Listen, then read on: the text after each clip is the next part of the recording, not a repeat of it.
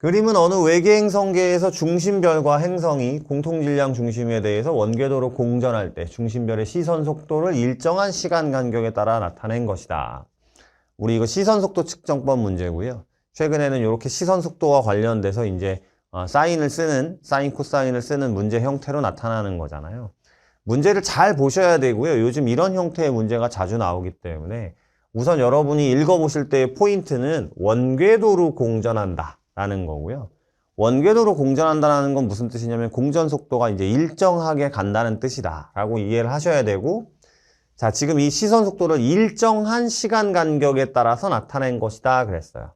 여기 이제 T1, T2, T3, T4, T5까지가 시간 간격이 일정하다라는 뜻입니다.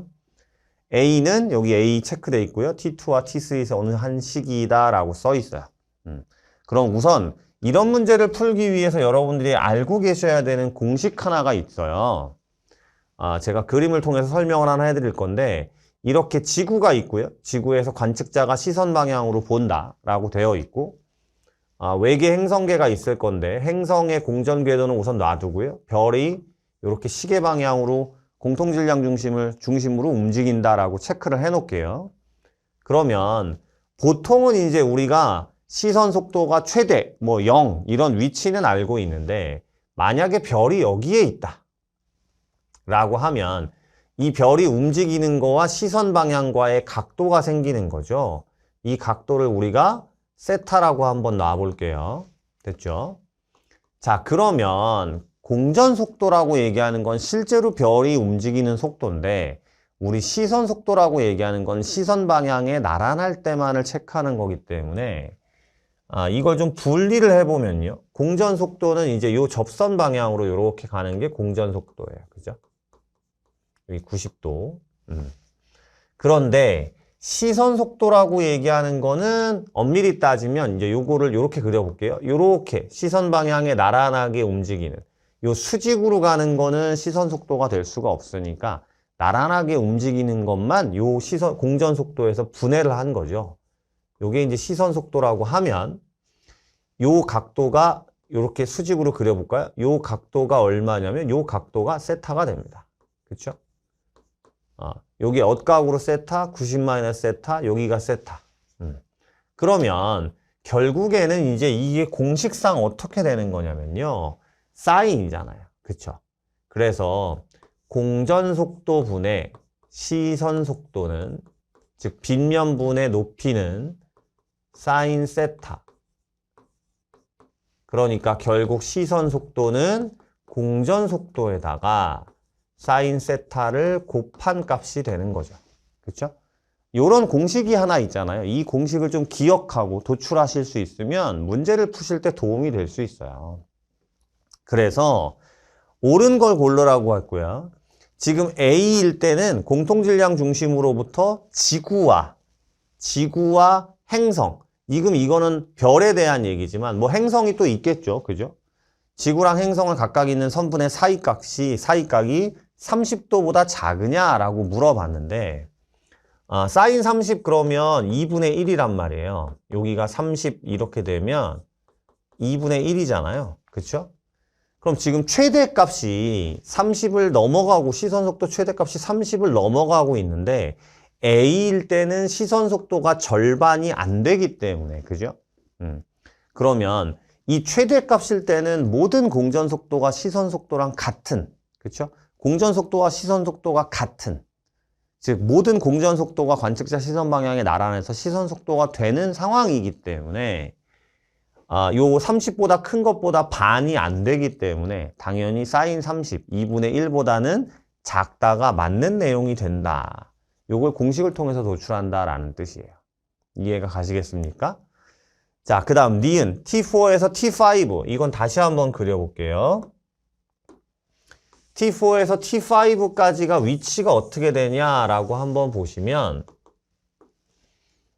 T4, T5 중심별에서의 파장을 얘기하는 거니까 다시 한번 그려보면 여기 지구가 있고요. 관측자 시선 방향이 이렇게 나란하게 나타나고 있고, 그 다음 별에 대해서 공전 궤도를 한번 그려볼 거고요.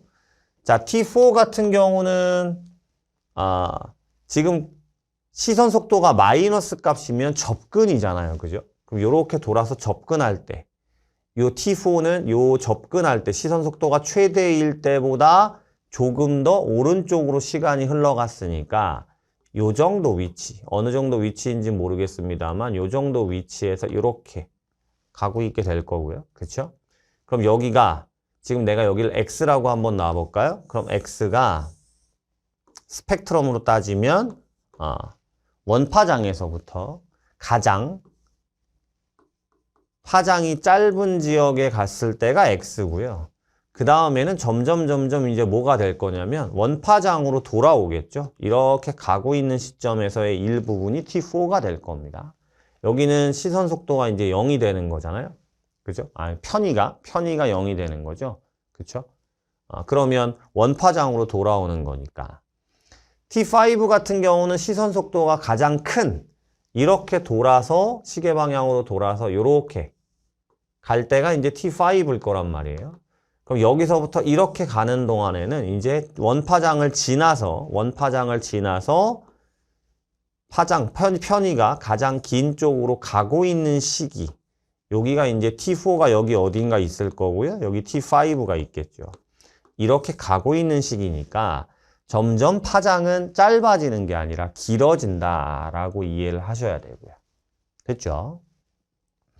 자, 이제 중심별의 공전속도 디귿선지를 이제 구해야 되는데 디귿선지도 그림을 잘 한번 보시면 어떻게 그려지는 거냐면 이렇게 그려지는 거예요. 자, 중심별의 공전속도를 도대체 어떻게 구할 거냐 요걸 고민하는 친구들이 많은데 지금 좀 아까 제가 뭐라고 말씀을 드렸냐면 요게 일정한 시간 간격에 따라 나타난다라고 되어 있거든요. 그러면 지금 그림을 잘 보시면요. 어떻게 되어 있는 거냐면 요 T4 그 다음 요 T1 이게 한 바퀴를 회전해서 같은 지점으로 온 거예요. 그쵸? 같은 지점으로 온 거예요. 그러면 요 간격이 얼마가 되는 거냐면 T1부터 T4까지가 한 바퀴니까 360도거든요. 그렇죠?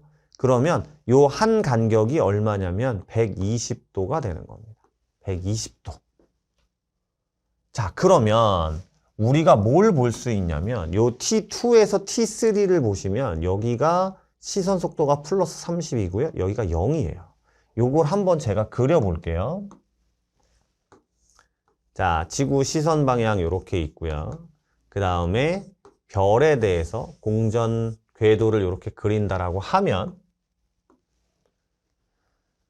요 T2 시점에서 여기가 이제 시선 속도가 가장 최대값이니까 이렇게 돌아가서 요 부분에서부터 자, 여기 T3 같은 경우는 시선 속도가 0이니까 여기가 T3고요. 그렇죠? 여기가 T3고 여기가 90도 정도 될 겁니다. 그 다음에 뭐가 되냐면 요 플러스 30 시선 속도가 플러스 30인 지점이 120도 차이가 나는 지점이기 때문에 여기가 90도라고 따지면 여기 30도 정도에서 그쵸? 여기가 지금 시선 속도가 플러스 30인 지점이에요. 시선 속도가. 그쵸?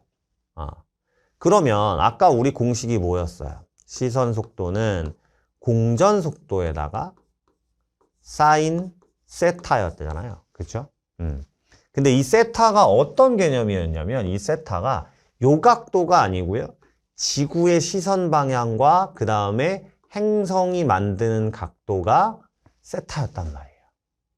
아까 그림 기억나세요? 그럼 여기가 60이란 말이죠. 그쵸? 그럼 시선 속도는 플러스 30이고요. 공전 속도가 있고 그 다음 사인 60이니까 2분의 루트 3입니다. 그럼 이제 공전 속도는 넘어가죠. 플러스 30 곱하기 루트 3분의 2니까 결국은 답이 20 루트 3 이렇게 되는 거고요.